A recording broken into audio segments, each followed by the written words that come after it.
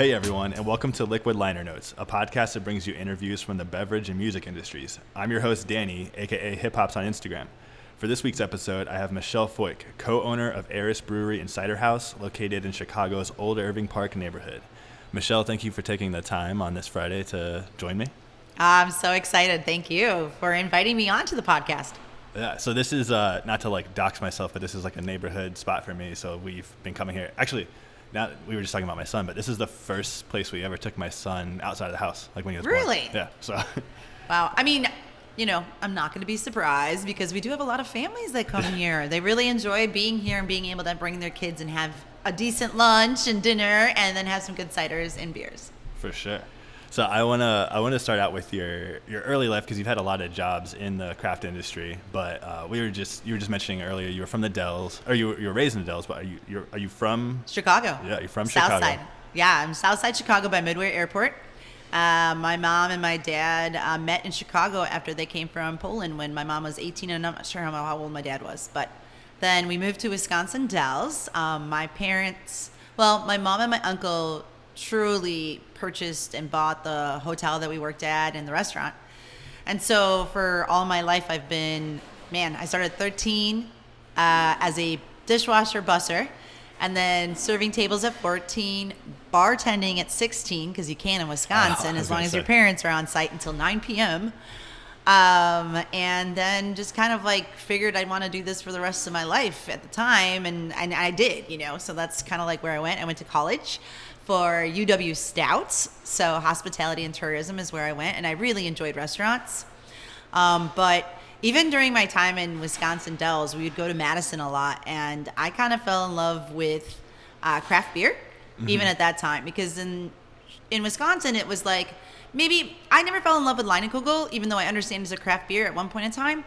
But I did fall in love with Gray's, and I did fall in love with the Great Dane. I mean, thank goodness I'm old enough now not to get in trouble, but I used to sneak into their downstairs when I was dating someone that was 21 and I was only 19. And, I just got the opportunity to be around craft beer a lot faster than a lot of my friends did. Yeah, I mean, that's like a unique experience because you usually think like college time, you're thinking like, PBR and old style and all that, like cheaper. Well, yeah, and that's the thing. It wasn't even the cheaper thing, but maybe you're right. But like in the summers, I used to work every single day, 2 jobs, except for every other Wednesday, and then I always took Thursday off. So I guess when you're 16 and 17 and you're making good money, just serving tables. Yeah. It was just kind of fun to be able to spend it on whatever I wanted. Yeah. Big difference than what's happening now. Yeah. And then whenever you graduated school, I guess like what was your intent was to stay in the hospitality restaurant industry? Absolutely. Business? I have 2 sisters, and I'm the only one that stayed in the hospitality industry. My parents owned the hotel and the restaurant.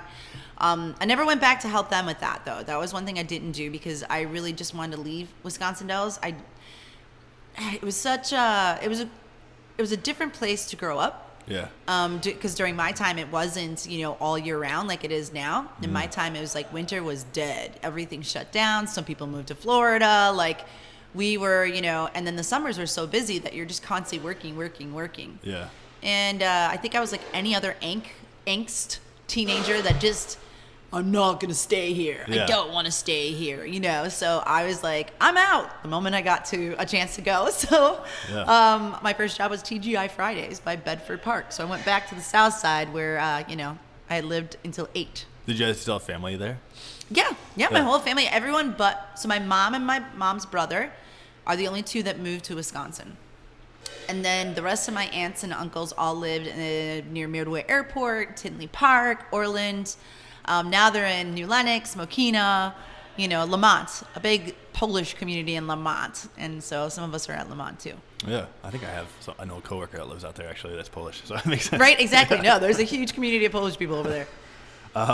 So you're at TGA Fridays. Are you kind of doing like management roles or? Yeah, I was hired in as a manager, as assistant manager, and I worked my way up to the bar manager. But it brought everything to fruition. I mean, I learned about finances there. I learned how to work in the back of the house. So like I when I said that I used to be dishwasher, essay, and then to server and bartender at TGI Fridays, I was a line cook. Like if I had to, like it was one of those things where, most of the line cooks, like if you get into a fight with somebody or if they're not doing what they're supposed to be doing, they're like, yeah, right, you're going to send me home. And I said, yeah, I'm going to send you home. He's like, who's going to be on my station? I'm like, I am. Yeah. So like, I kind of like, I don't know, I've always been a tomboy in a sense. So yeah, when I worked at TGI Fridays, I was a manager, but sometimes you had to work in the kitchen, and I assisted the kitchen manager too. Yeah, I worked at Bennigan's as a teen, so I am familiar with that, like all hands on deck sort of philosophy that you have to have in that scenario. That's awesome. So, so from TGI Fridays, what was your next step then? Goose Island.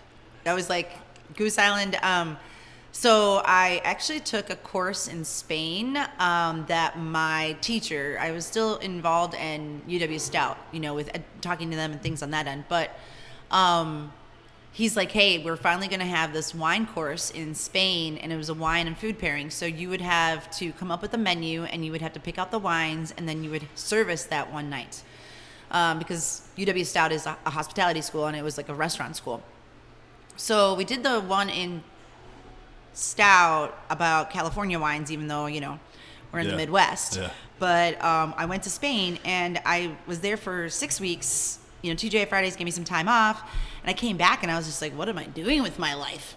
It's TGI Fridays. Not that there's anything wrong with it. It was the most educational thing. I would not be where I am right now if I didn't have that background from TGI Fridays. I truly, truly believe that. Yeah. And especially just meeting people in general, like understanding different cultures, understanding different people. It was great.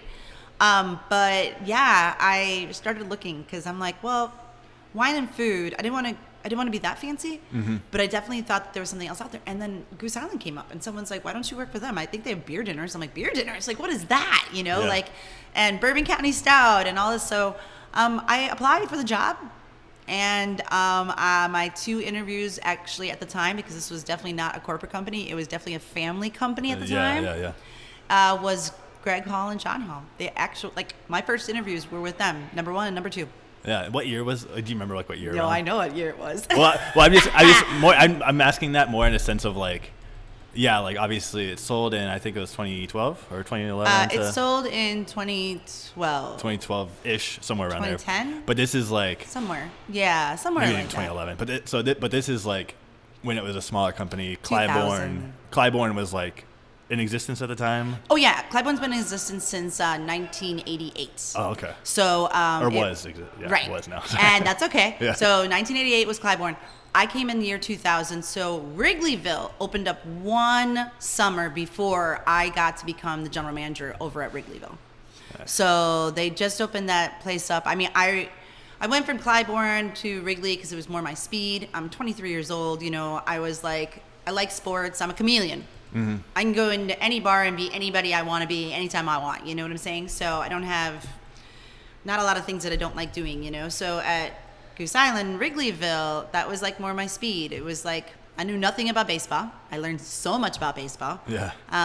Nobody else in the block was drinking craft beer. And here you go into a brew pub and everyone's like, can I get a Miller Lite? Can I get a Bud Light? And it was kind of well, no, but I have this thing called the Blonde Ale. Yeah. I really want you to try it, and then we would have a Pilsner on. And, at the time, nobody knew what a Pilsner was. The fact that people now know that a Miller Lite is a Pilsner, is mind-blowing back in the day. Because back in the day, it was just a domestic beer. It was Miller Lite. I don't know what that is. Yeah. It was just a beer I like to drink. So I was there, and I worked within the Goose Corporation, 10 years of my life. Yeah, and I know you've held various roles within the company. Yeah. But I know you from my reading, doing some research, you were manager at the different brew pubs. Yep. And then you also were doing sales, marketing, finance, events. Yep. You're doing all of the Yep. things. In 2007, I switched to sales. I did a year in sales. It was okay. I was good at it. But in my own mind, I was not really organized enough to understand and want to keep in that just area.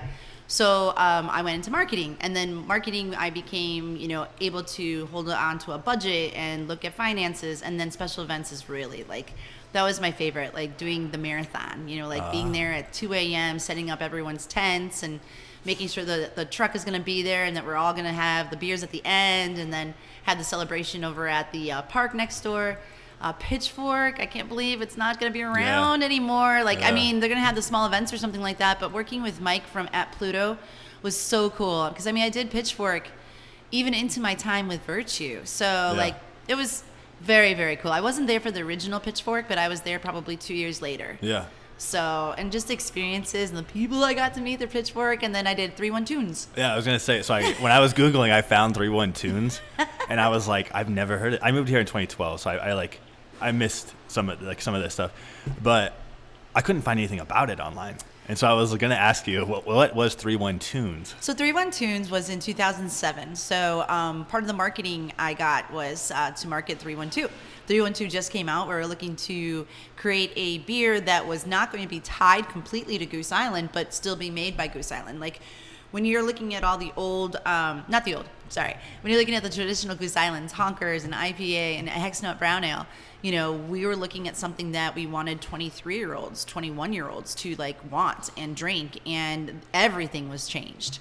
So this was more of a community beer. This was more of a younger person's beer. It was a wheat ale, and you know, one of the things was 3-1 Tunes was the ability for us to be able to go to music venues, the small ones and sometimes the big ones, you know, and be able to provide them a program where 3-1 Tunes would sponsor the evening at Empty Bottle at, you know, Bottom Lounge, you know, Dark Room back in the day. You know, we would do these, and so we would be there. We would have specials on 312. I would buy some 312s for people just to get that exposure out there. And, you know, we got really lucky because I mean, I loved music. Like, I thought I was going to get into music at one point in time. I even went to Columbia for a hot moment with 2 courses and found it very overwhelming. So, but that was it. Like, 3-1 Tunes became that. And then from 3-1 Tunes, we went to Run 312.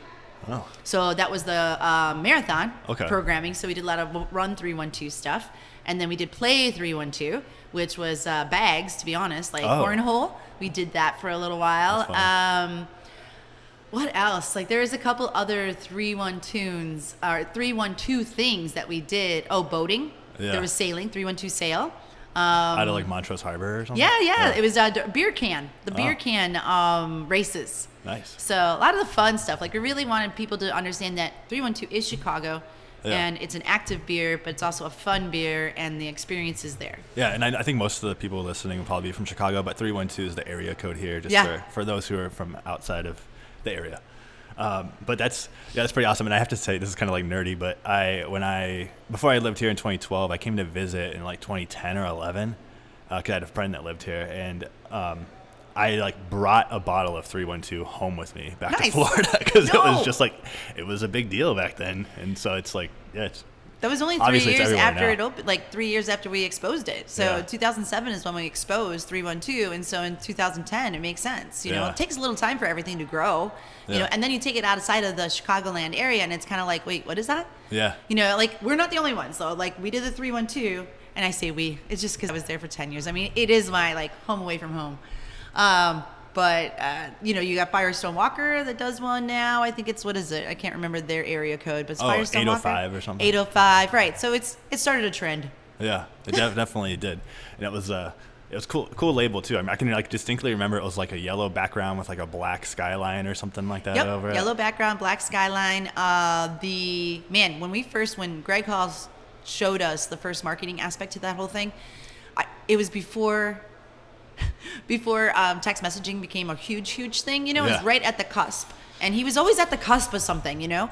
And he showed us a t-shirt with the back of it saying number it, and that's what I remember reading it, and I'm like, number it? Like, why are we numbering it? He's like, no. He's like, read it again. I'm like, number it. He's like, what else is that symbol? I said, oh, pound it? He's like, yeah, hello. Like, it's a drinkable beer, we can pound it. I'm like, oh wow. Or it's for you. Yeah. So ITS for the number 4 and you. The like, letter U. I know it kind of sounds silly, but it was like just the verge of when we were just very simply texting people certain things, and we used a lot of the numbers because I don't even think we had emojis at the time. Yeah. You know, that's how old I am. I mean, I remember those times too. So. Okay, good. So after, if I have it correctly, after Goose, you went on to Revolution? I did. Yeah. I did. I went to Revolution. So 10 years with Goose, and then 2009, I left Goose Island to open up Revolution. I remember John looking at me. He's like, "Why are you leaving?" And I'm like, "I don't know. I think I want to get back to my roots." And he's like, "Yeah, but you asked me to take you out of the brew pubs. Like, you didn't want to be the GM anymore." And I'm like, "I know." But when you have someone like Jim Seaback and you have someone like Maddie Kemp, and, I didn't know Josh very well. My first day at Goose Island was Josh's last day at Goose. Yeah. So we were like two ships. We sat down, had a beer together, and, he was like, "I'm going to take this place over someday." I'm like, "Really?" He's like, "Yep." He's like, "I'm going to open my own brewery." I'm like, "Okay." I'm just like, well, I'm just, for me, it was like, this is the most exciting thing in the world. Yeah. I'm going to be working in a craft brewery, and yeah. And then years later, sure enough, the people that I worked with at Goose are all like, "Okay, we're going to help him open this place up." And another manager of mine, Gabriel, had said, "I think you really need to go talk to him." And so I sat down and I talked to him, and I was just like, "Whew, boy." I'm not going to lie. Like, there was this, like, when he opened up Handlebar, when Josh opened up Handlebar, I remember going in there, and I remember, like, Josh got up one day on the bar, and he had the kitchen tickets, and he was like, "Making it rain" above the entire restaurant. And I'm just thinking, and that was before I even, wanted to work with Revolution, but I was just thinking, I can't have that. Yeah. Like, we can't have this. Yeah. Like, and it was really fun. I, interviewed with him once, and then I said no, and then I interviewed with him again, and I said yes, because I really, really did want to know if I had an impact on brew pubs. Like, do I really know what I'm doing? Yeah. I'm not sure how people talk with you sometimes, but I'm very honest about the idea that I've gone through a lot of different issues, mental health wise. And one of them is the imposter syndrome. Yeah. So, for me, it was just like, okay, I'm going to do this again. Because maybe, I don't know if I did anything at Goose. Like, was I good at it? Was I not good at it? Goose Island, Wrigleyville became open every single day, but maybe it wasn't just me. So I did it. Yeah. Became the director, or I became the czar of operations, I think I was. Yeah, they always have like the funniest. Yeah, we always have fun names. Yeah. And that's at the Milwaukee Brew Pub, which is also sadly closing in the next month. I know. It's like 1 month, 15 years. Yeah. It's crazy. Yeah, it is crazy. And then, because that just seems like such a hold on the beer community here, like, and such an important piece of it. Well, to be honest with you, they did what Josh wanted to do. Like, he is what Goose Island was 25 years ago. Yeah. Think about it. You know, like, he did it. And Kedzie is a gorgeous location. Yeah. I left a month before we opened Kedzie. And the potential of everything that they had to do there, the ability to actually, like, their expansion, it's crazy. Yeah, and so you were the GM there, and from my understanding, you were also helping design the Kedzie space. Mm-hmm.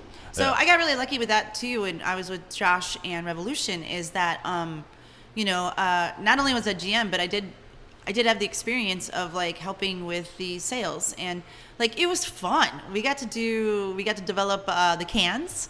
We did storyboards. We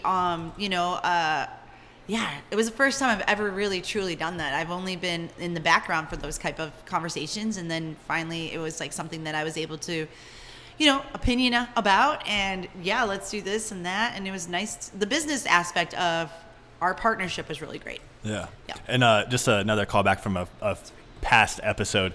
The reason that Marty is at Revolution is because of you. And he told the story about how you were like, pretend to be my nephew or cousin or whatever. Okay, hello. He's not pretending. He really is my cousin. I will to this day tell everybody he's my cousin, but no, he's not blood. But I met Marty when he was in college with my cousins, and I'm really into my family, and I really hang out with them a lot. And so I would go down to Eastern, and I would go see my cousin Pete every once in a while when he turned 21, and even on his 21st birthday. So, but yeah, met Marty that way, and then everybody got into beer, and everyone's like I have hardcore cousins that still do.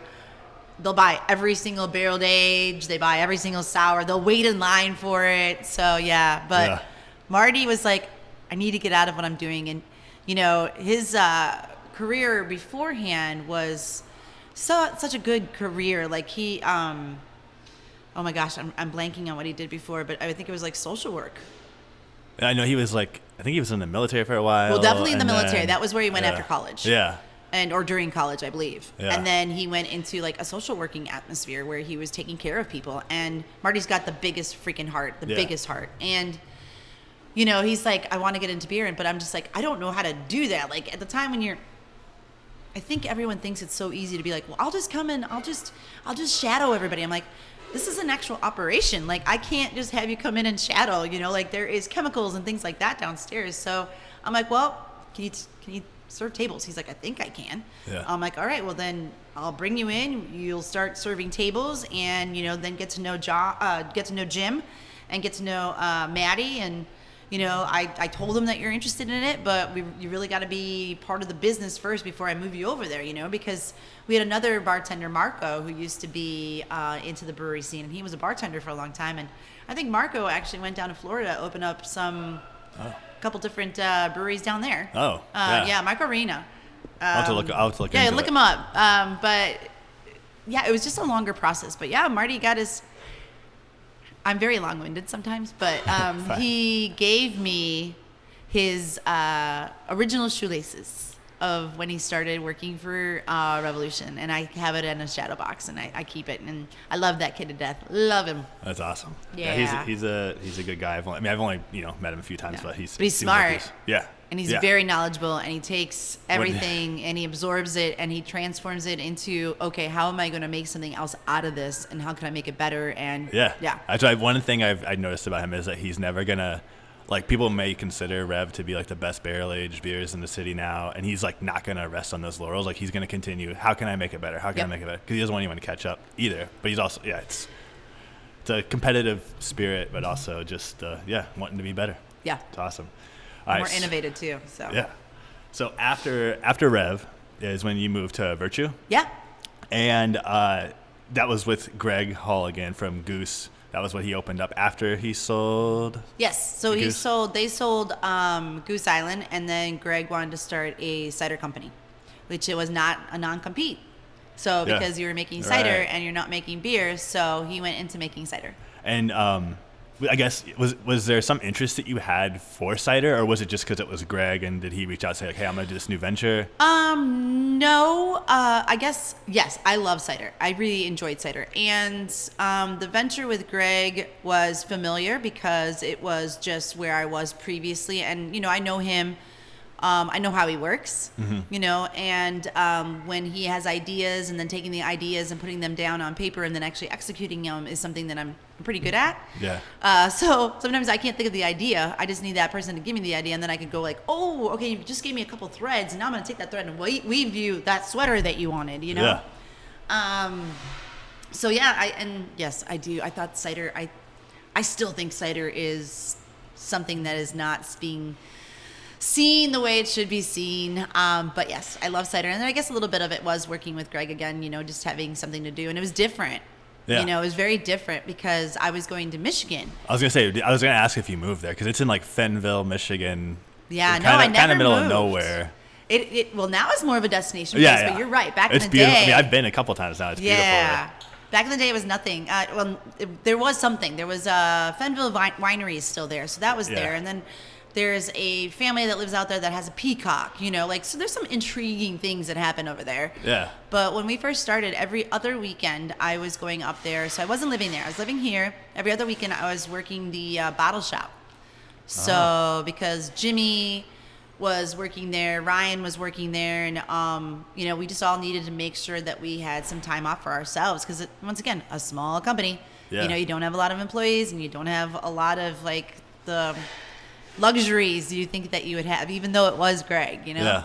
I mean, that's awesome because, like, I mean, my first time there was probably 2 or 3 years ago, and it's like a full campus now. And there's it is. I was talking to a guy who's like the groundskeeper and like just how like into everything he is, and it's super. The whole concept that they have going over there is really like the original cider maker was Ryan, but the cider maker's assistant, who is now the head of cider maker, is Seth Bovey, and he's still there. Like, he's one of the original OGs, and he's making some amazing cider, you know, along with Greg. So they have a lot of interesting things. And so, was Eris your next step after? Yeah. My next step was Eris, when it comes to the big thing. Otherwise, I went to work at some small bars around the city. Okay. I got to give him some props too. I worked at Fishman's Tap. Oh, okay. Yeah. The original one in Jefferson Park. Right. I followed Jimmy Wojo, and I call him Wojo because I'm not going to try to massacre his last name, even though I am Polish. Yeah. But Jimmy worked at Fishman's along with Shanna and Gus, and they gave me an opportunity to start working there a couple nights of the week. And then when they closed that place down, I actually went to follow Jimmy to this little dive bar called O's I've never Tap. I don't know that one. Oh yeah, it's like Armitage and Western. Those guys are awesome. Tuesday nights was my night. I only had one night because I was also working on Eris at the time. And I still go see those guys. They sell a crap ton of Eris. They love it themselves, so it's kind of fun to see that. And then I went to Microphone. Oh, you were at Microphone? Nope, I was just bartending at Microphone. Oh. That's all I did. But I had the ability to go out there. I was working, I worked a year there on Saturdays. Oh. So, yeah. That's funny. I think it's kind of fun because I remember when Mike Palin looked at me and he's like, "What are you doing here?" I'm like, "I'm working for you." He's like, "You're working for me?" I said, "Yeah." I go, "Jimmy asked me if I could pick up a shift here." And he's like, "But aren't you opening up Eris?" I go, "I am, but is it okay that I work for you?" Yeah. He's like, "Yeah, of course. I don't care." I'm like, "Yeah, I need to make money somehow." And I like being around people. Yeah. So for me, it wasn't a job. It was just something I love doing. Yeah. And that's, I know that opening a business takes a lot of time. And I think if I read correctly, the whole Eris thing started in 2014, but you guys didn't open your doors until 2018? Yeah, 2018, February 2018. Yeah. But I guess how did you and your business partner decide, hey, we do want to do our own thing and this is how we're going to do it? Yeah. Well, it actually came down to her husband. So Nunzina Pizza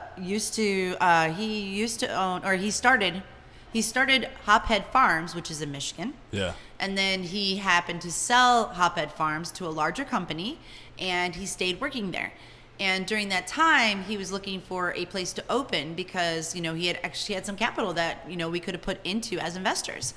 And so Nuns knew me from Revolution because he's also an investor at Revolution, part owner. And he was talking to me about, I think you really should just open up your own place. And we started looking. He literally dragged my feet out of the house. He could just show up and be like, "We're going to look at a building." And I'm like, "What?" And so we went and looked at this building and Eris in Old Irving. And then we went to look at one on the south side, South Loop. But we never even walked into that building. This is the only building we ever walked into.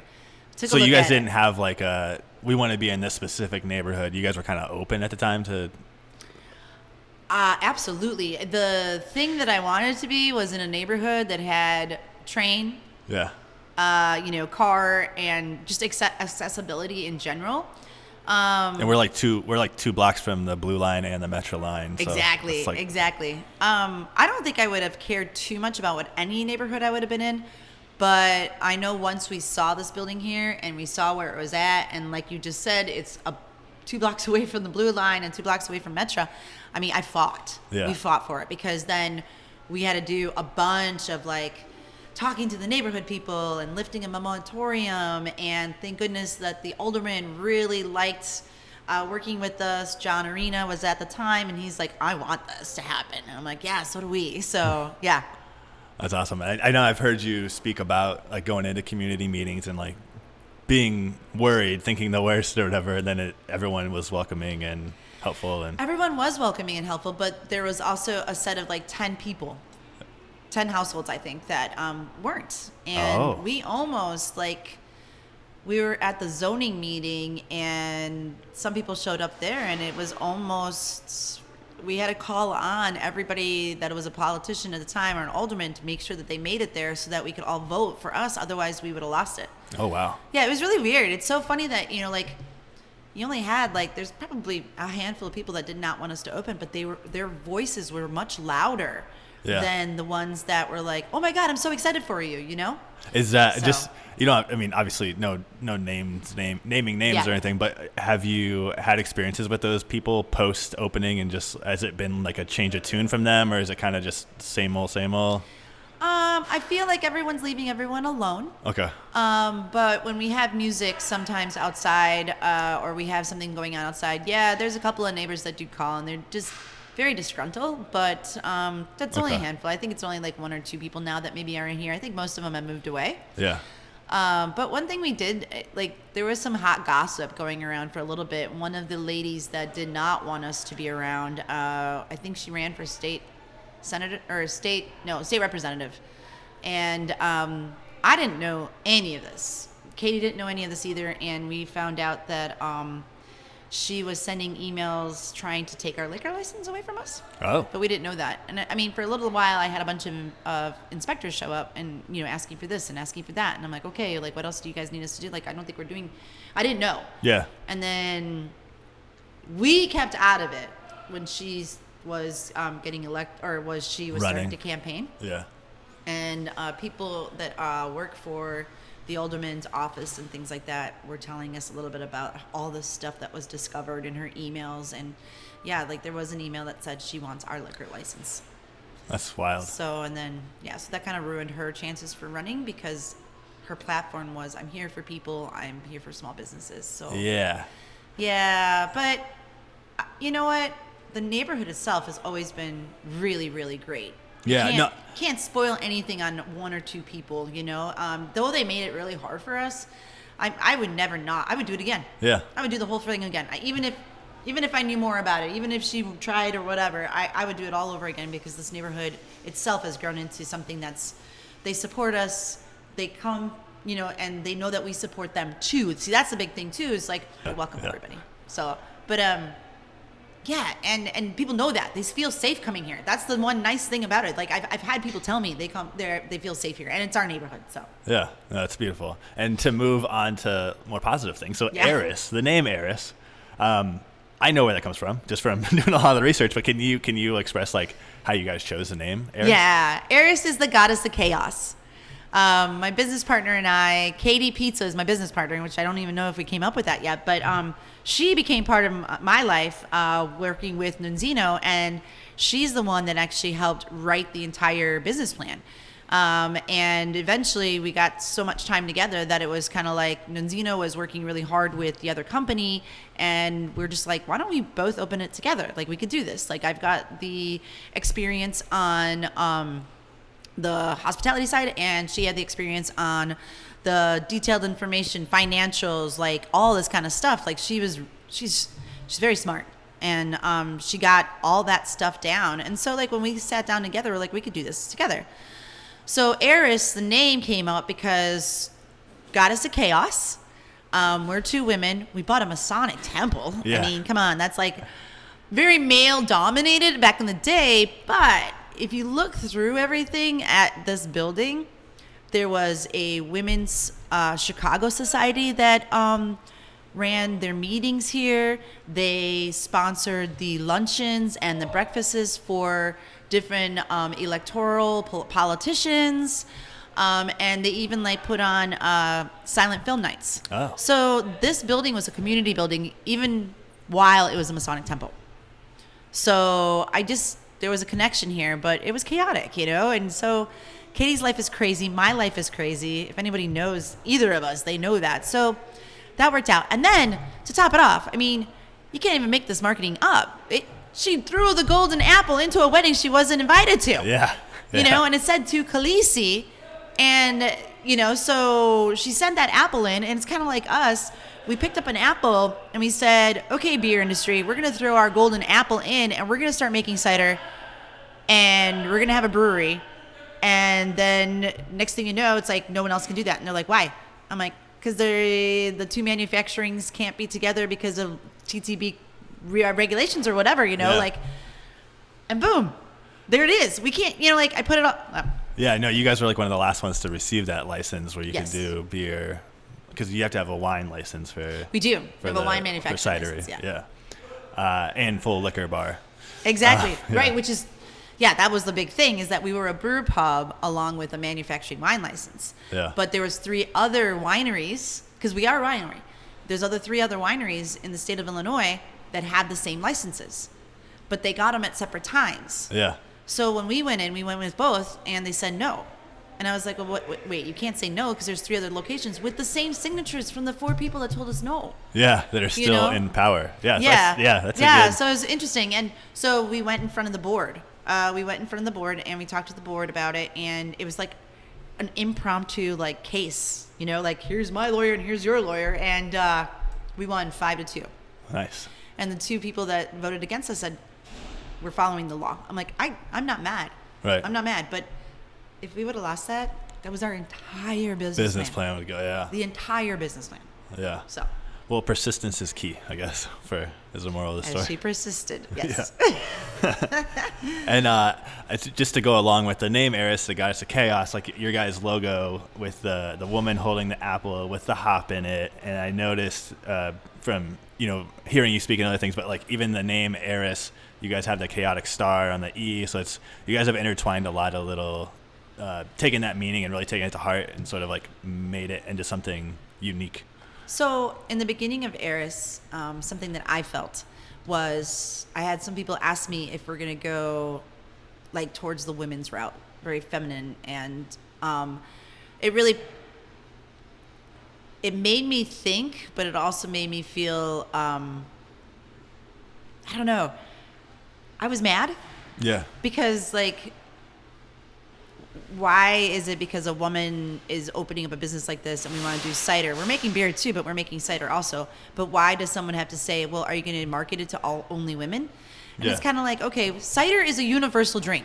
I don't know if anybody else knows this, but there is more cider drank outside of the United States around the world by people like rugby players and people that are very masculine. And in here in the United States, people don't believe that. And so when we opened up as a woman-owned business and we opened up as a cidery, I really felt that we need to have both types of masculinity and feminism in our logo. Yeah. So Eris's logo with her face and her holding a hop apple, is her mesmerizing and being strong with that symbol. Like she owns it. It's hers. And then with the bottom half, Eris itself, is the goddess of chaos. So the chaos symbol does get put into that E with the 4 arrows. Yeah. But you separate the 2, and you still have Eris. Yeah. So beer Eris is text, cider Eris is the logo. That's what my thought was in the beginning of all this. Now I'm just kind of like, it's faded away because that's not even like, I don't even have to worry about it. Not something not something you're worried about anymore. No. Yeah. I do want to touch a little bit more on the space. I know you mentioned it was an old Masonic temple, over 100 years old, and it's a beautiful space. And that's one thing I think that everyone who comes here says. But I just wanted to talk maybe a little bit about what you guys had to do to get this space operational. Yeah, I wish Katy was here. She can run down everything for you about what we had to do for the space. But, no, it's fine. The space, we gutted out the electrical. We gutted out, electrical and the HVAC system. Yeah. The building was actually intact. We got the building from the Korean church. Yeah. Their closing day was a Tuesday. We closed on July 5th of 2015. Jeez, 10 years ago. That's when we bought the building. It was July 5th. And they had their last Sunday mass July 3rd. So it was like a quick turnaround. It was just, they got everything out within like 2 days. It was crazy. Yeah. But we had a lot of remodeling to do because the Korean church actually just covered a lot of things up because they didn't have that much money. Right. So, which was still beautiful and everything was functioning. But we had a lot of things that we had to do. So a lot of repurposing things, exposing a lot of our beams, and then re-drywalling and so much. And I loved, like, when I was reading about it, that you guys didn't start small. You guys had this idea that you were going to get bigger tanks and everything, and so you had to put those in during construction because otherwise they weren't going to be able to fit through the door. We did everything opposite. Of what you everything told. Opposite of what I've ever known, even at Goose Island and what I've known at Revolution. It's like start small, think big. Yeah. Started big, think small. No, I'm just kidding. We didn't think small, but we started big. Yes. We brought all of our tanks in downstairs before we even knew how much we're going to use. Yeah. With the brewery and the cider house, it was a decision we had to make, but the way we would remodel anything, we weren't going to be able to do it a different way. And I'm glad that we did beer and cider because I don't think we really thought of it that much. I think we just thought that the beer is on one side and the cider is on the other side. But now that we look at it, we're barely brewing and we're making just so much cider. And our beer is fantastic and amazing. But it's like the cider category right now for us is up. You know, we are doing pretty well in sales, and so we just keep churning out the cider. And so some of the tanks that we thought previously were going to be used for beer, you know, it's just a different story downstairs. But we're using all of our tanks. You got to be flexible and just go with what is working. Yeah. And I loved you talked about reusing a lot of things, and just like through doing the research, I saw about like reusing the metal the circles from a water tower on the wall over here. Yep, the art. The radiators reused as like a stairwell, like railing, our balconies. Yes. So we have radiators that were on the wall downstairs, and we brought them up to the mezzanine where we're speaking now. And then on the main floor, you have the other water heater fins that are put up and creating a beautiful like balcony for our brew deck, is what we call it, onto the main floor. Yeah.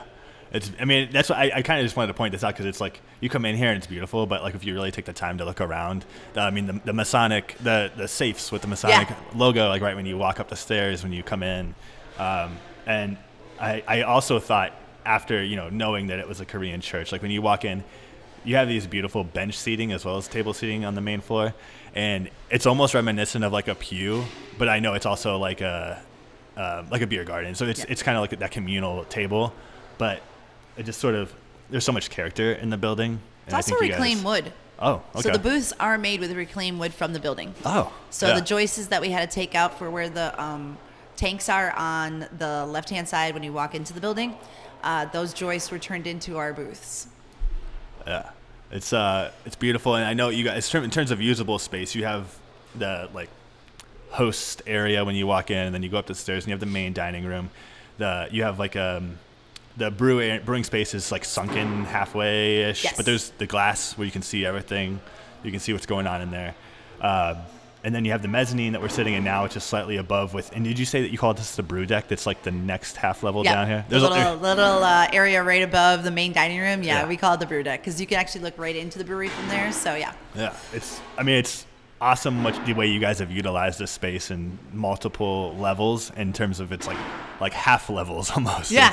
I like the texture. I like the idea of being able to see different textures within the space.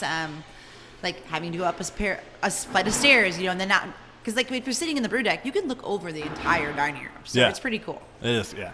And I know you guys had up above us on the third floor was the basketball court for the Korean church, and you guys were using that, or going to use that as an event space. Did you guys end up getting that transformed? No, we never got that done. Basically, after COVID, we decided that we were going to do wholesale instead of the special events, because I think special events are just now starting to come back into real life. But what we did was the parking lot that we had outside, we converted that into a she shed, can shack outside. So we are storing cans out there. We're storing kegs out there. We have a cold storage out there so that when we can our product and keg it, we're able to send it out to the wholesaler right away. So, and then putting some more money into the actual patio. The patio has really, Eris was busy in the winter, dead in the summer. And after COVID, we are now busy in the summer, and winter, it's like, what happened?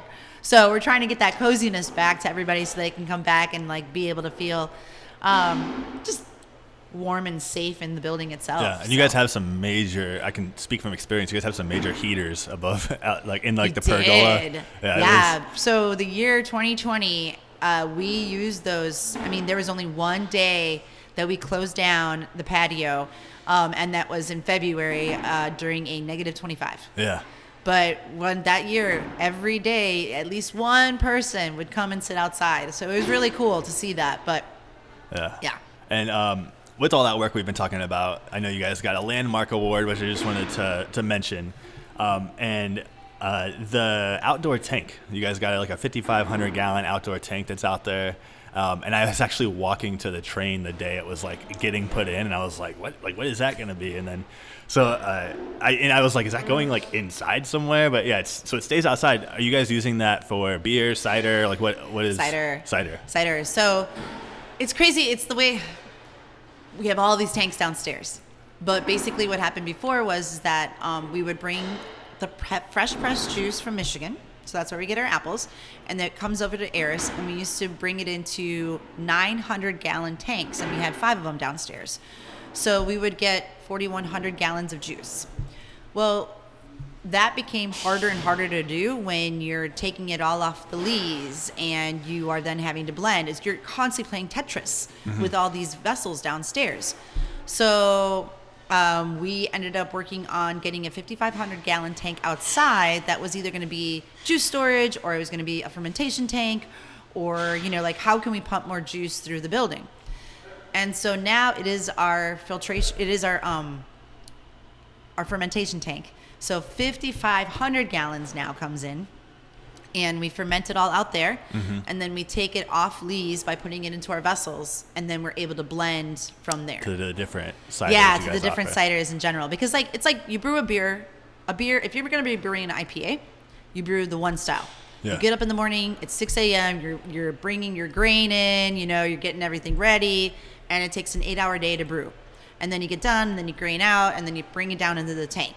And then you wait 2 weeks, right? Yeah. And then after the 2 weeks, then you have to take it, crash it, carbonate it, clear it if you want, or if you just crash it, cold crash, and then it goes onto a tank. Cider is not that way. Yeah. Cider is ferment everything. So your first start is the 2 weeks. And then after the 2 weeks is done, then you're just taking base, and you're creating any type of cider you want. Yeah. So to me, that's much more efficient. That's much more fun. Right. Instead of having to spend one whole day as a brew day. Here we're doing okay, we're going to make a Van Mojo today, or we're going to make Blush today, or we're going to make Euphoria. So. Yeah, and you guys have a lot of cool things you do with it. So you mentioned the names of it, but you guys are, adding adjuncts to it. So you have hops in the Van Mojo with the blueberries. Yep. Which is like a unique thing for beer lovers.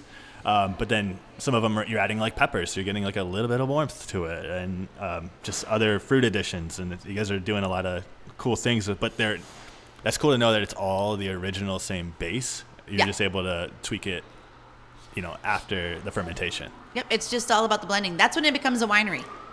That's just like when it becomes a winery, because that's what you're doing with wine. You take your grapes, and then you make sure, like, what if you have them barrel aged or whatever the case may be, how it's going to taste. You're going to add a little of this, you're going to add a little of that. But we adjunct it for sure. Yeah. And you guys also do barrel aging, which I thought was cool. We do, yeah. And you guys have done, just from like a brief look, some whiskey stuff, some Malort stuff, which is big for Chicago. And then the Amburana, which I might be saying that incorrectly. Ambriana? Yep. Perfect.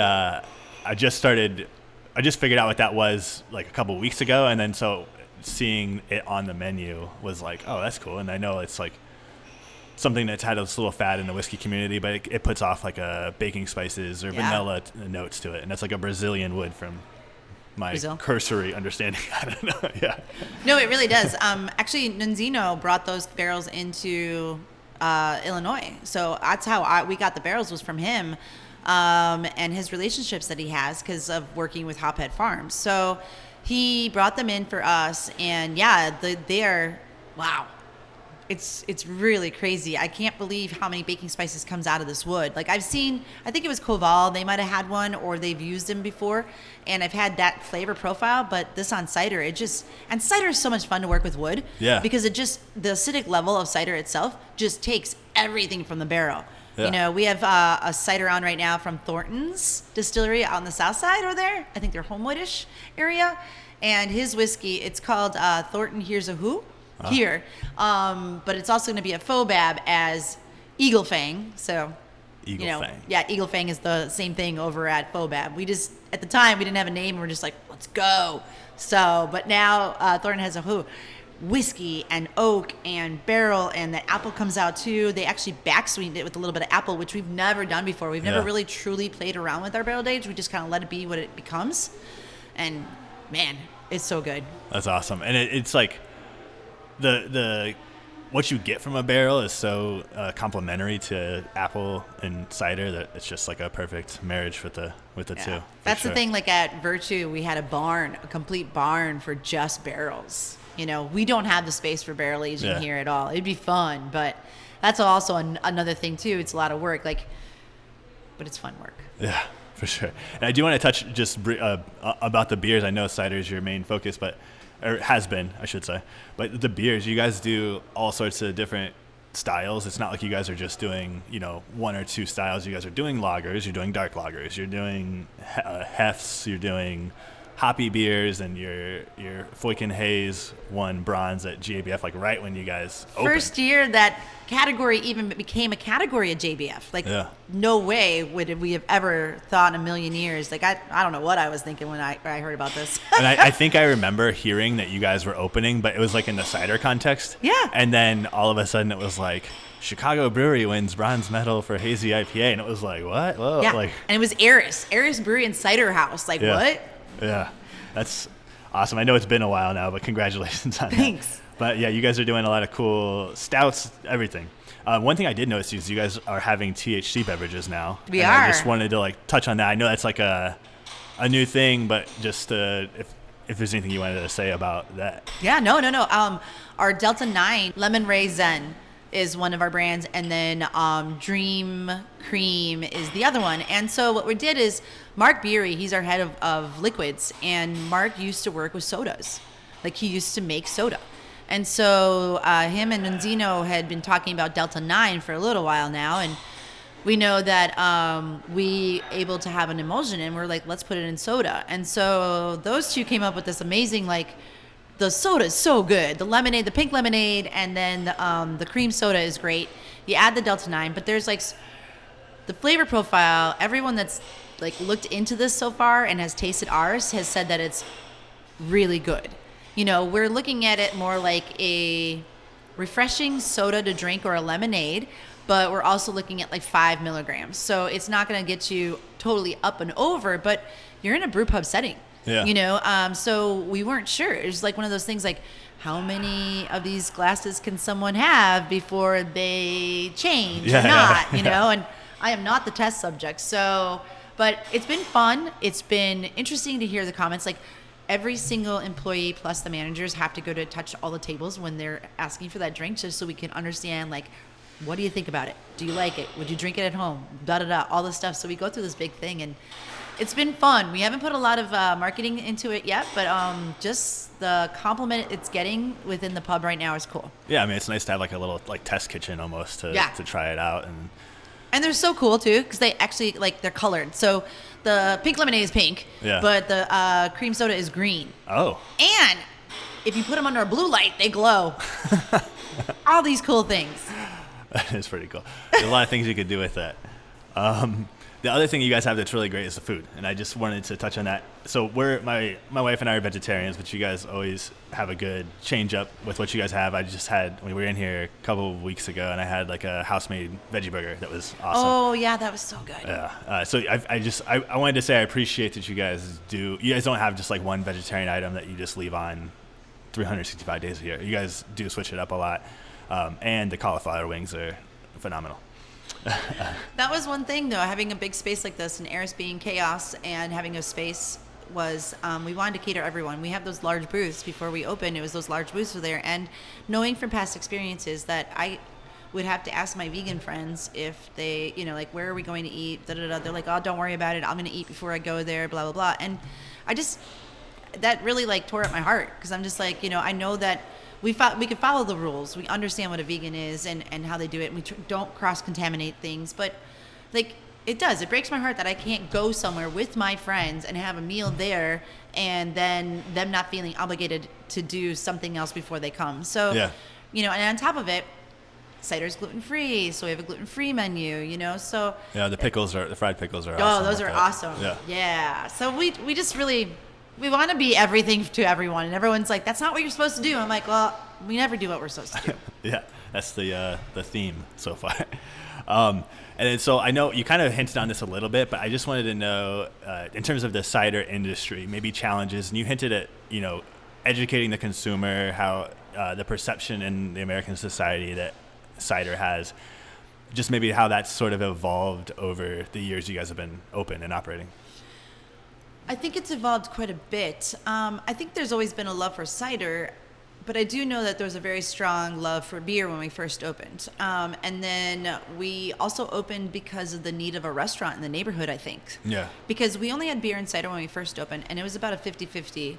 But then we introduced wine, and then we introduced liquor, and it was just a crazy first month or two of running this because everyone just saw it as a restaurant. Yeah. So now we're educating people about cider. Now we're educating people about beer. But I think there are a lot more people that don't understand what cider is. And when they do try our ciders, they are very complimentive about the idea that, like, I don't like cider, but I actually liked one of yours. Yeah. Like, that's a huge compliment. You know, I hear that a lot. I even hear it at tastings when I'm at, like, on site. Like, I was at Binny's in Des Plaines, and someone's like, no, I don't want to try it. I don't like cider. And the guy next to him was like, just give it a try. It's really pretty good. And he's like, I don't drink cider.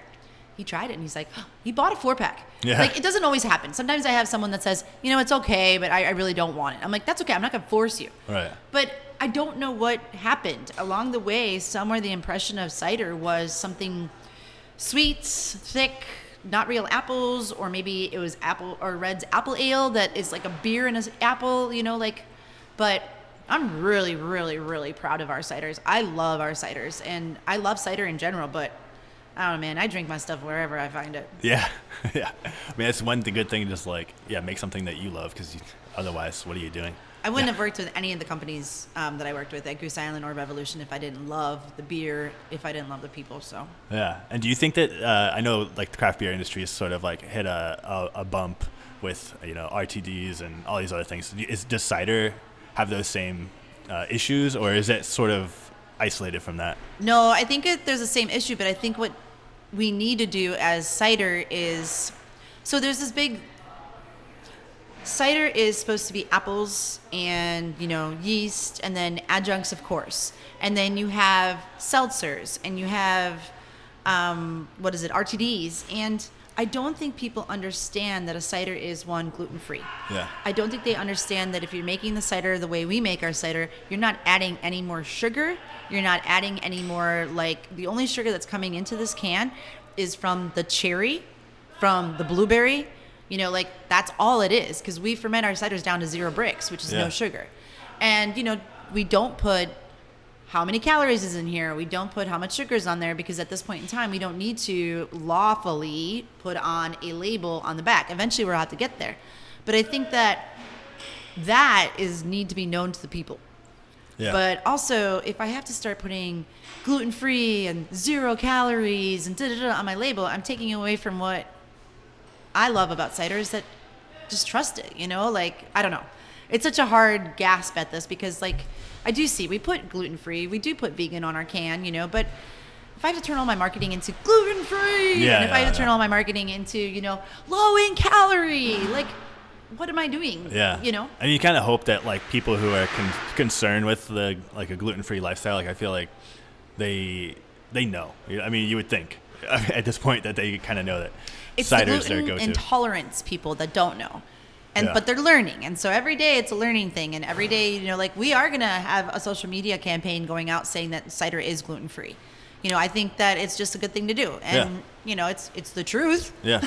You know, we're not lying to anybody. It's naturally gluten-free, you know. So we're going to do a little bit of that too. We decided we're going to do that. I'm not going to do that to the cans or anything, but we do want to educate the people. Because, like, the reason why I wanted to do cider is because with Virtue, I was explaining people a cider that tasted like Spanish, and a cider that tasted from France, and a cider that tasted, you know, from England. And people just didn't understand it because it was so different than what they've had when you had, you know, American large corporation ciders, you know, or so it just changed the concept. And all I wanted was to have a cider that I can introduce you to. Hey, this is a Granny Smith apple. It's not. Yeah. But I'm telling you, when you taste it, that's what you're going to think of because you are so related to that apple. Yeah. You know, and then Euphoria, it's kind of like a gala apple, but we add vanilla to it. You know, and Van Van Mojo, Mosaic hops, which if you're a craft beer drinker, you know what that smell is, with blueberries. So I just wanted people to relate to something that they already know at the grocery store. Yeah, I mean, that's important because, when you start getting into, like, some of those ciders from Europe, it's a lot of like there's like a Brett funk to it, and it's like how do you even like it's like over people's heads a lot of times. I get it. Virtue is great, but it came out at a time when nobody even understood cider. It was kind of cool though because Goose Island came out at a time where nobody knew craft beer, so we learned to educate people about it. Same thing with Virtue. We educated people about cider. You know, and I wanted to go one step down.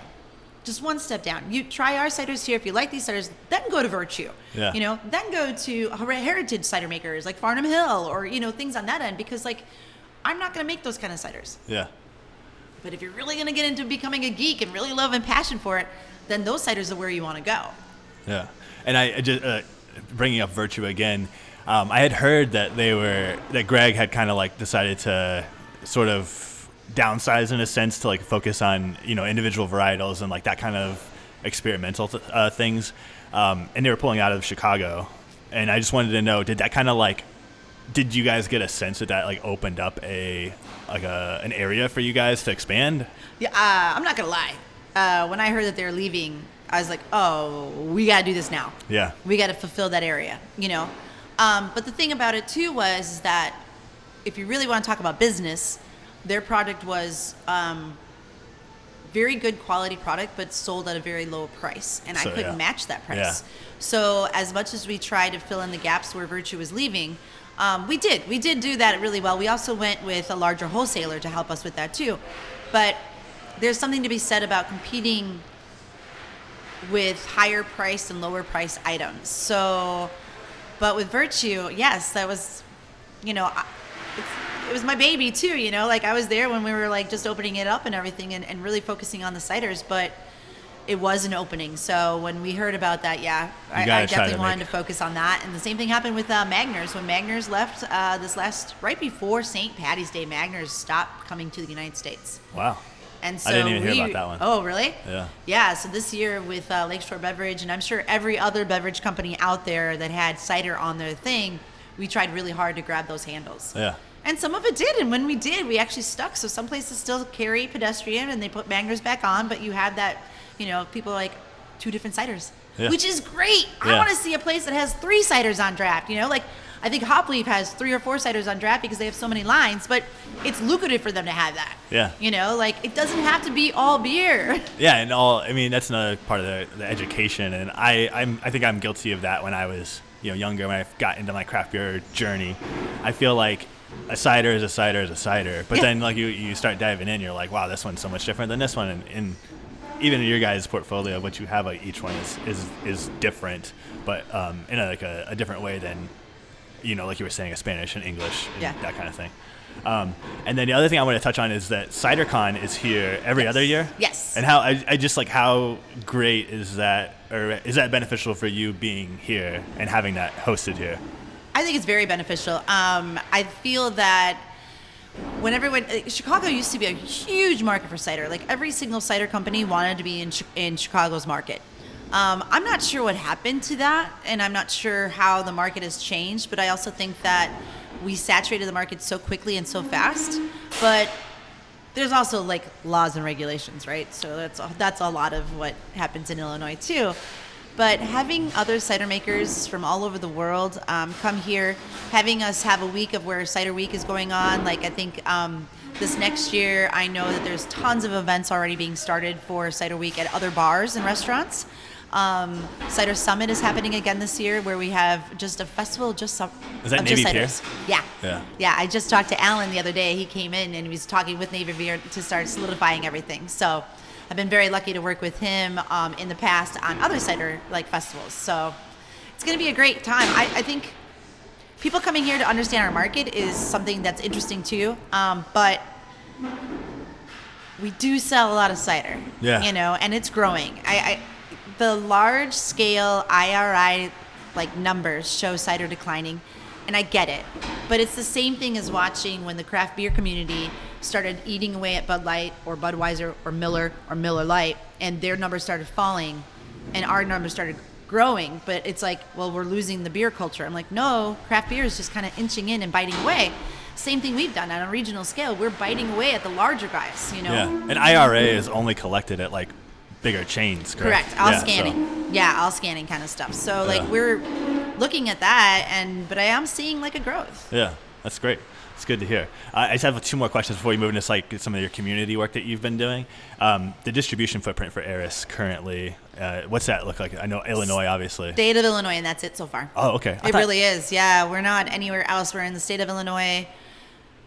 Yeah. And that's what you guys, I mean, that's, I think, probably a testament to like, you guys are putting out as much as you can, and it's just being drank by the Illinois residents. So shout out to Illinois. Yeah, no, seriously, I'm all for it. Like, we just had a great week at Rockford.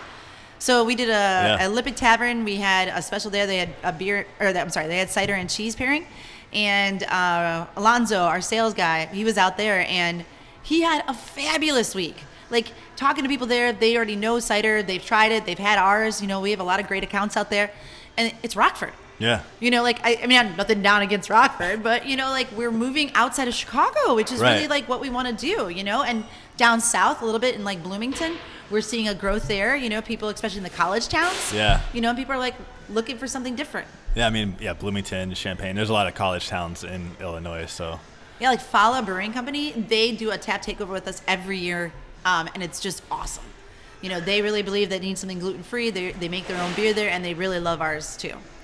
Very cool. All right, so now I wanted to jump into some of that community work you've been doing. And this is like organizations you've worked with and everything, but the first I wanted to bring up was Charlotte and the Vibe Since collab. And when I interviewed her, she couldn't speak more highly of you, but maybe if you could just speak to like why it was important to be involved in that and to be that resource. Man, when Charlotte came to me about vibes from our Vibes since 1920. When she first came to me about that, she was really looking for a way to build a community of people that are women and associate it being as a woman within our entire industry, not just a selected group.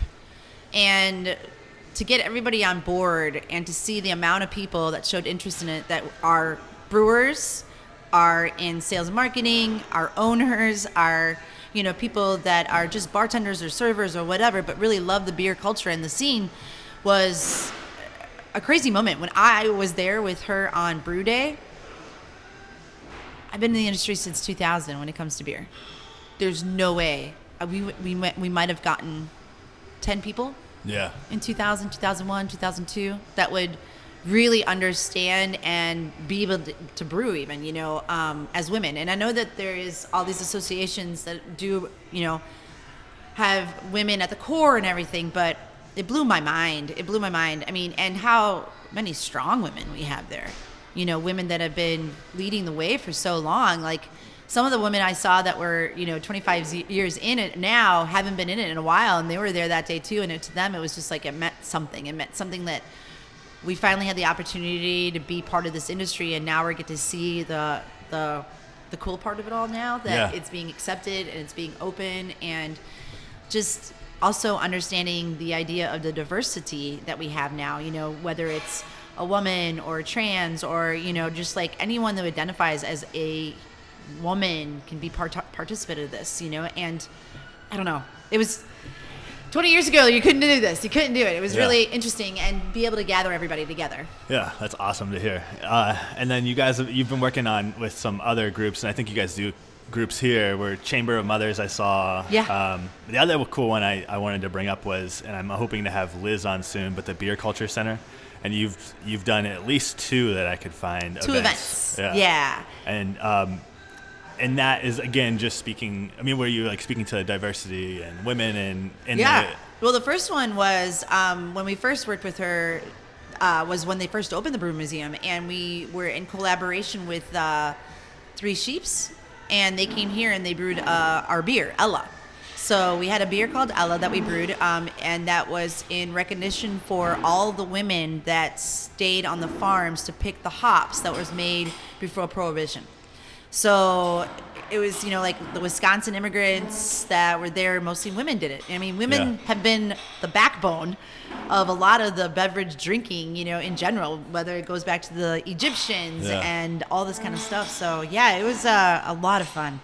You know, I'm not a brewer, but to be able to participate and understand the story and to be able to, like, do some of these things have been amazing because of the opportunities of being woman-owned. Yeah. Well, I love the idea that you've like opened yourself up to be a resource to so many people in the industry. But I was curious, and you probably named them already, but like who are some of your mentors in the industry? Oh man, my mentors go all the way back to, well, first and foremost, my mom. She works really, really, really hard, and she really didn't have much of anything even afterwards. So that woman, I don't know how she gets up every day and does the things she does. Secondly, the people that have been in my life, not all of them are women, right? That inspire me. My old boss at TGI Fridays, he actually was someone that gave me the opportunity to leave Fridays and work with Goose, and he ruled by fear. So I learned that that's not something to do, but he said all this in sincerity to him. Mary Pelletieri from Goose, I don't think I've ever told her how much I admire for her, but she is a fucking scientist about quality, and like she's so smart and so brilliant, and she's so humble, you know. And then now I look at all these young women that are like coming into play, and you know, Charlotte and these ladies that are really like, I wish I had the opportunity to do what they are doing right now at a younger age, but I'm still doing it at the age that I am now. Yeah. Does that make sense? Yeah. Like, I don't have the strength anymore, you know, like I'm still a pretty hyper person, but watching these ladies just thrive, I mean, it's pretty freaking awesome. You see her, Charlotte specifically, like all these different events, and you know, she's planning all this stuff, and it's just like, I'm tired watching, you know, seeing it online. No, but it is who she is. Like, I love it because it's like back in the day, you're able to do that. You're able, like for me, you know, being able to go 4 places in one day, and then being able to have this awesome thought process. It's also something that I did notice is like, now that I'm an owner rather than working for somebody, it's hard. It is so much harder. I want to be able to do what Charlotte does, but I just don't see the time in the day to get all of that done because it's no longer a focus on one thing. Yeah. It is a focus on everything, you know, and I envy that. I really do. I envy that. Yeah. I mean, maybe as you guys continue to grow, maybe you'll have somebody that can sort of, you can push off those worries to somebody. I can't wait. No, honestly, I can't wait. And then, so I wanted to jump in. You've done a lot of work with mental health issues and organizations, and I know you spoke earlier about imposter syndrome, and I can't remember, and I forgot to jot it down, what podcast it was, but I know you kind of went in depth on a podcast about that. So seek that out if you want to see that. That was with Brewery, the god of the meads, the god of the meads. Oh my gosh, I'll find out for you which one that is. I'm sure I'll hopefully be able to find it too. And I know there's the Hope for Us network. Yep. That you guys have worked, but can you maybe just, as much as you want to expand on it, but like how you've been involved in that and why it's an important issue to you? Suicide is a huge issue for me in general. Being in this industry and having depression myself is one of those things where I can't tell you how many people I have met and how many people I've lost to suicide, and some of them were for mental reasons, some of them were alcoholic reasons, some of them were so many different reasons. And it's been so long with my world, like coming back from 2000, even before that was, you know, you don't say a lot about it.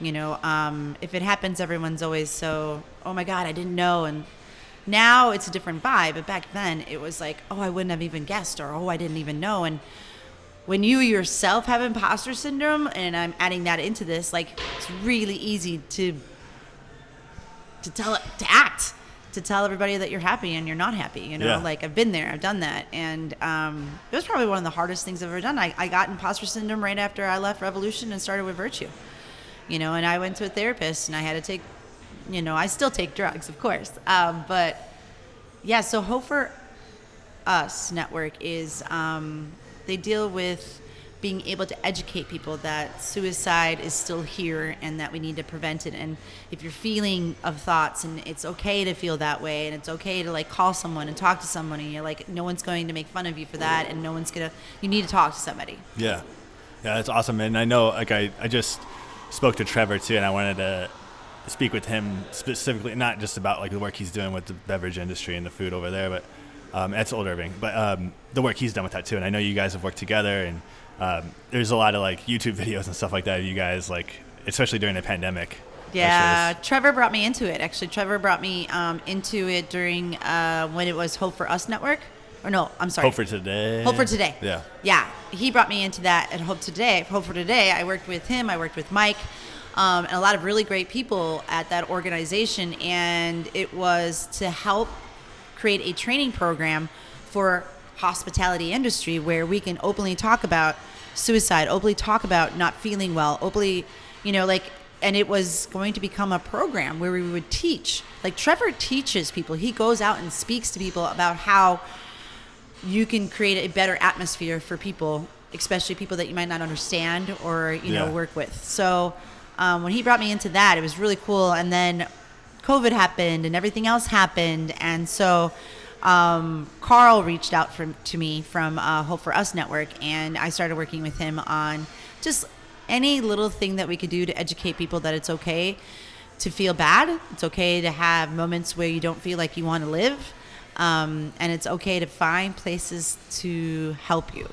Yeah. And I think that's mostly what we've been doing with Hope for Us Network is the ideas that we are helping raise funds for places that allow you to go to and get help. Yeah. I guess I just wanted to tell you that it doesn't go unnoticed, and I think it's really cool that you're really busy running Eris and doing all this stuff, but then to make the extra time to be that resource for people, be it from like a community doing the vibes collaboration or but then also doing the mental health and taking that time to do that is admirable. Thank you. And it's hard to go off of that subject to this, but yeah. So I have like my 5 outro questions, but is there anything you wanted to say before we jump into that? Man, I think we just wrapped everything up. Yeah, it's just we did. No, I guess no. I don't have anything else to say. All good. I appreciate it. So, number 1, favorite beverage doesn't have to be alcoholic. Water. Are you a flavored water? Cold No. water, ice water, just regular? I like cold water. I need water. Like I literally need water. Cold water, sometimes ice. I like it out of a filtered system, to be honest with you, more so than on tap, but I can drink tap. Yeah. And my second favorite thing right now would be a caffeine water, sparkling water, which I don't need to have all the time. But nice I to found have that when it's you need taken me away from like drinking Coca-Cola or something like that. Yeah, for sure. All right, number 2, a song everyone should listen to. And this can be just like your favorite song or whatever you want to make. I would have to say probably the first, I was going to say an album, to be honest.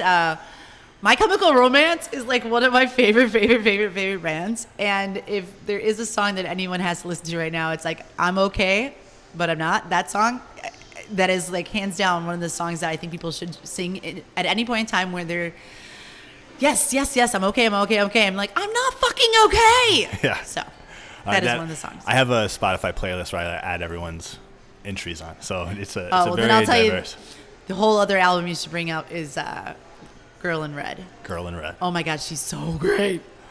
Is that a singer? She is, yeah. She's from Sweden. Okay, I'll check it out. Number 3, favorite concert you've been to? Girl in Red. Just Red. Recently. Like I have tons of concerts. I've seen so many people and I love music so much. But when you see people at a Taylor Swift concert and they're like crying because that's how emotional they are. Yeah. I went to the show at the Metro and her album is awesome. And her album, like one of her songs is called Serotonin. So once again, this has a lot to do with mental health and feeling good about yourself and who you are. But she rocked it. I don't know. I think she's maybe 21 years old, maybe 19. She was at the Metro. I had a nice seat up in the front because I'm old now and I have connections, so I was able to sit down in the balcony. And I had so much, like, I could cry right now. Yeah. Like, I had just so much emotion about what she did on that stage and the amount of people that were singing her songs right back at her. Like, yeah, that was my moment that other people have with like Taylor Swift. Like that was my moment. Something that meant something to you. No, that's a great story, and I'm definitely gonna have to check her out. I'm getting all the chills now talking about it. All right, 4, favorite place you've had a drink. I think my husband and I went to Puerto Rico for a honeymoon, and we were at this bar, and we were on Instagram, and I don't know the name of the bar, but I think this is more about the experience that happened. Yeah. And we were having a Puerto Rican micro beer, and we're both drinking it, and we took a picture, and a friend of mine from Chicago was actually in Puerto Rico at the same bar, just on the other side, and he saw Instagram, and he's like, oh, Michelle Foik, you're here? And it was Robert, and he used to be the chef of Lagunitas, and he used to work in the chef industry. And that moment with my husband, like, he looked at me, and he's just like, you know people everywhere. So it was a really kind moment where it was just kind of fun. So I don't know if I answered your question at all, but that moment was just so funny because it's happened a couple times in my life. But to be able to show it to my husband was really fun. Yeah, that's awesome. And then last but not least, number 5, guilty pleasure for music without the negative connotation to it. Yeah, right? Yeah. I think maybe something, we'll rephrase it. And I need to just rephrase it because I always end up having to. Yeah. Something you listen to that maybe people wouldn't think you listen to. Man, I have to think about this one because I think a lot of people know me and they know that I would listen to some of these, but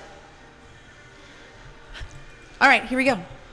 I have 1, 2, she only has 3.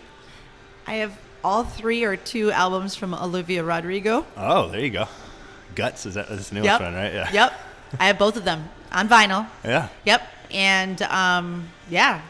And I don't feel bad about it at all. I love it, but I don't think people would. Yeah, I don't think people would know. Yeah, no, it's a good one because I mean, you're talking about. I mean, I don't know what the Girl in Red sounds like, but like how like in depth of that is, and like that touched you in a meaning way. But like the pop music is just a different vibe. So I mean, I get it could be. Yeah. Yeah, I also have all the Taylor Swift vinyls too. So like, I mean, I'm a Taylor Swift fan too. So I don't. Do too. My wife does. I should say. Oh yeah, right. Okay, there it is. Yeah. Yeah. All right. Well, that's it. And I really appreciate you taking the time. And until next show, everybody, drink some new beer or cider and listen to some new music. Cheers.